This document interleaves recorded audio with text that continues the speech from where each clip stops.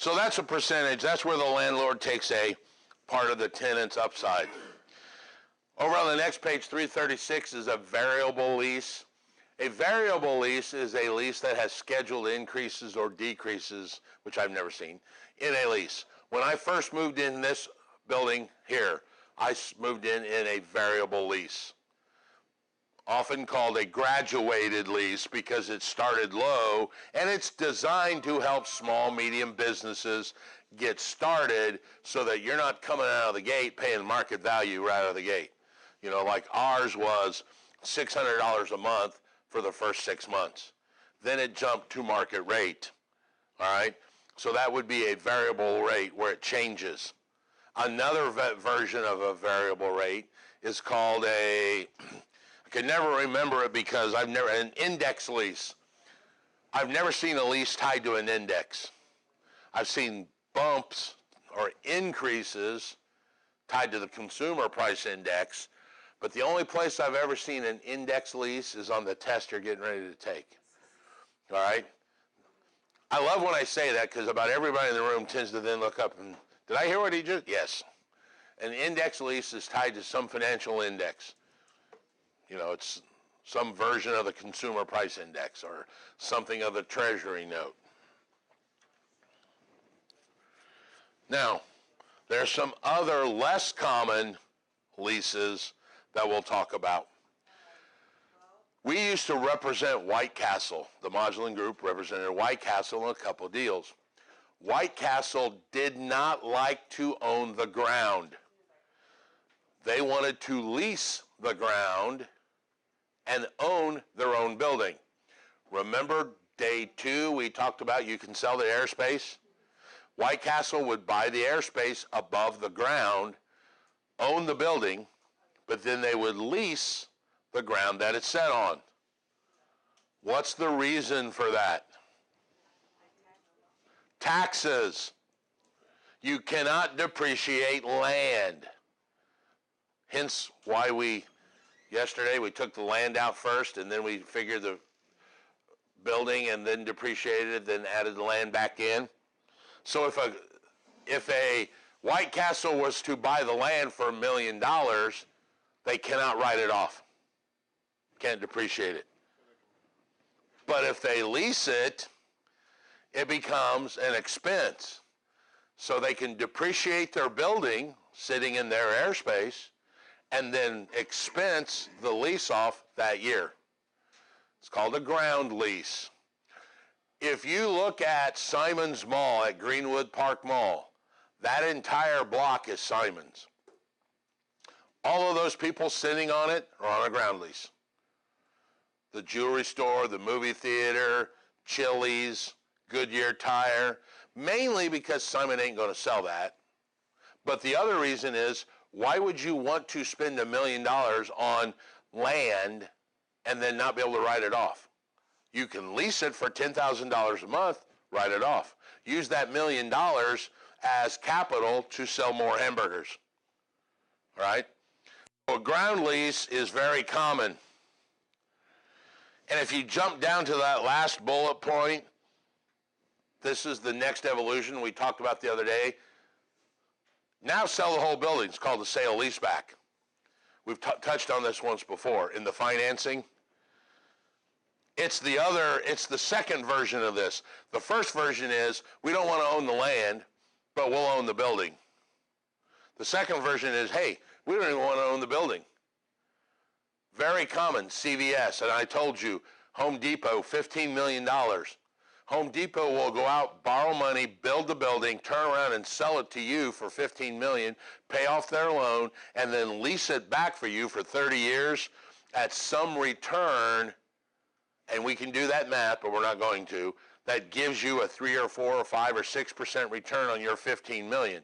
Where else are you going to put it? Can't put it in the bank. You ain't going to make that much money. So it's called a sale-leaseback.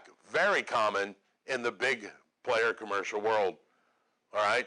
All of the Yum, you guys know who Yum is? Used to be Pepsi.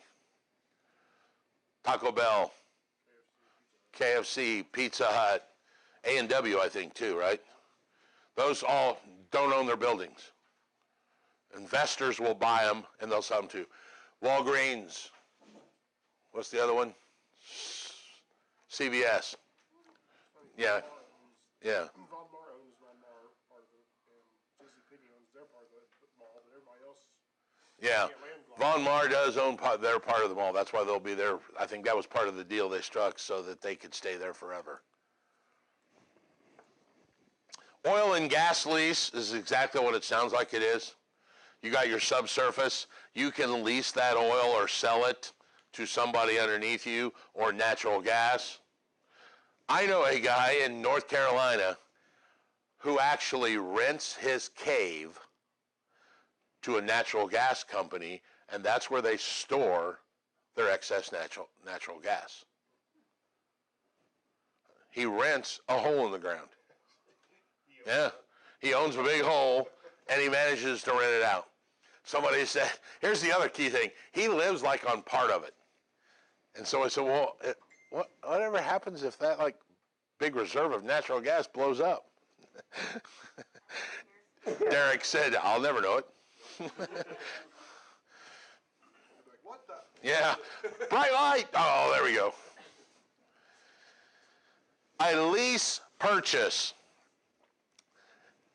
To me, this lease purchase is another one of them arrows that you can have in your quiver.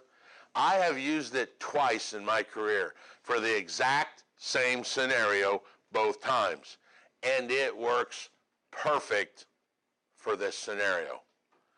The only difference between a lease purchase and a lease option is what? No, not bilateral. Say it again, Paula. An option is an option. A purchase is a contractual obligation to buy the property at the end of the lease. So you go to your landlord and go, hey, look, I want a lease option.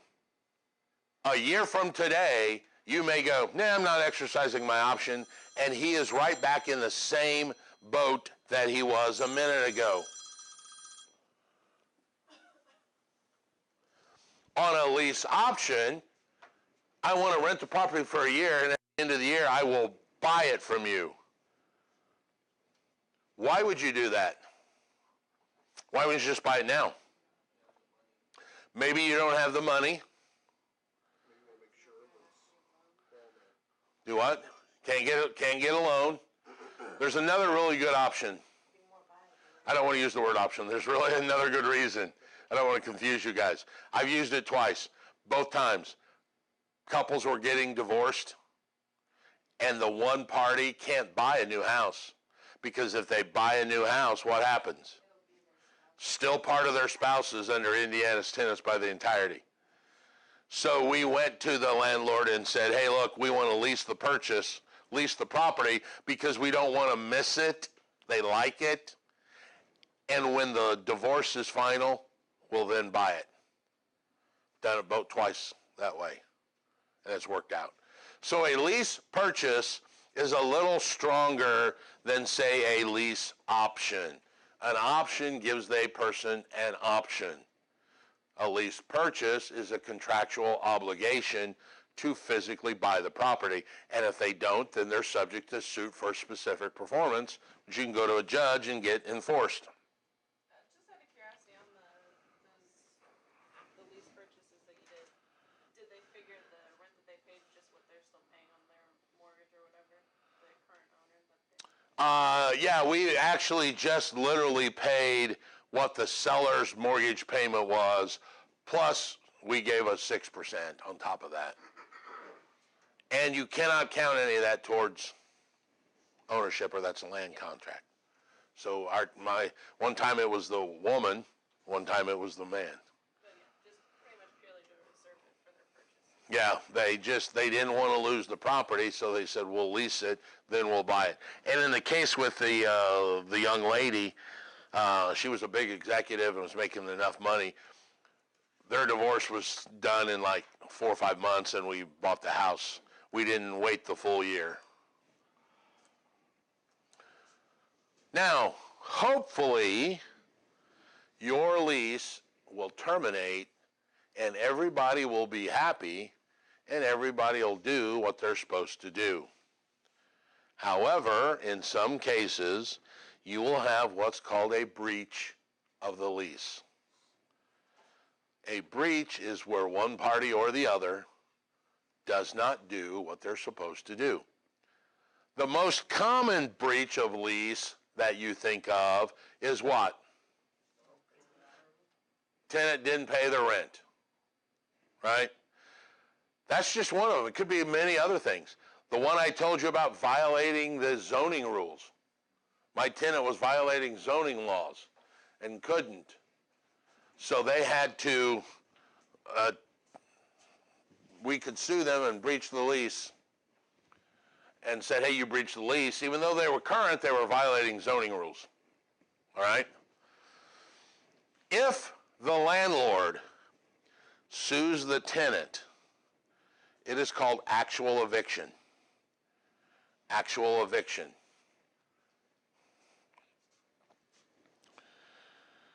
In some states, you have to give a 10-day notice. Some states, it's a 3-day notice. But the actual eviction is when the tenant has failing to do what they are supposed to, and the landlord sues for actual eviction. Sometimes you hear it called a writ of possession. Writ of possession. Now, Indiana cannot use self-help. Self-help is where you decide they're in violation of the lease, so you go and turn their power off so they move out. You cannot do that. Can't take the front door off the property, all right? You have to go through a court system to do that. The court has to issue those orders. That's allowed in some states, though? I don't know if it's allowed in some states. Go in and change the locks or anything. Yes. You cannot go in and change the locks. Now, when I first started, I will tell you, I was very new to this. And this guy that I really looked up to took me under his wing, and we went out one day, and he went into this tent. He goes, come on, I'm going to go evict people. We went to a house where he literally told them, you guys are behind on your rent, yada, yada, yada. By the way, I'm going to work on the front door. I don't think it's level, so I'm going to take it off and take it home and plane it in my shop. I'll probably be back tonight with the door. He literally took the front door off the house. And the next morning, they were gone. I'm like, this is awesome. That was illegal. You cannot do that. All right? Please do not copy that and go, oh, well, Raymond said you could do that. No. All right? Distraint. You are not allowed to self-help. Audio file's going a little long, but we're going to keep going because we're really close to the end. There is a case where the tenant evicts themselves. It's called constructive annexation. No, it's not. It's called constructive eviction. Constructive eviction. Basically, the tenant terminates the agreement because the landlord has failed to keep the property in a habitable condition. The key process is here, the tenant has to be out. They cannot be living in the property and claim it's uninhabitable, because if it was, you'd be gone. The fact you're still there means it's inhabitable. What makes it inhabitable? Furnace goes out in the middle of winter. And they don't fix it? And they don't fix it. You got to give the landlord time to fix it. You call them, let's say they just ignore it for the whole month of November. And the tenant says, I can't live here, I've got kids, it's 30 degrees, I'm moving out, and they move somewhere else. So the tenant goes, well, you owe me December's rent. And the tenant says, no, I evicted myself because I can't live there. That's constructive eviction. Yeah, I had a client that claimed that.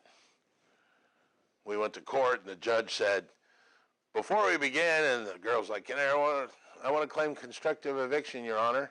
I'm like, chick, you can't even spell constructive eviction. Who you been talking to? Still living there? Judge said, are you still living at the property? And she said, yes, I am, but we are trying. And he stopped right there and said, denied. Cannot be living in the property during a constructive eviction. Because we are a pro-tenant state. We work under what's called the Uniform Residential Landlord and Tenant Act. We are very pro-tenant. If you want to be a landlord, you better be ready to remember the word investor has the root word invest. All right? Most of the time. Now, if there's a breach and they haven't paid, yeah, you're going to get it. But they're very lenient, in my opinion. And if you are in the residential leasing world, you still have fair housing to deal with. We have not got to the chapter on fair housing, which we will, but even leasing falls under fair housing. Back to the whole helping pet thing we talked about, or the guy in the wheelchair, with handicapped is one of the protected classes. So we will cover that in the next chapter. Any questions about leasing?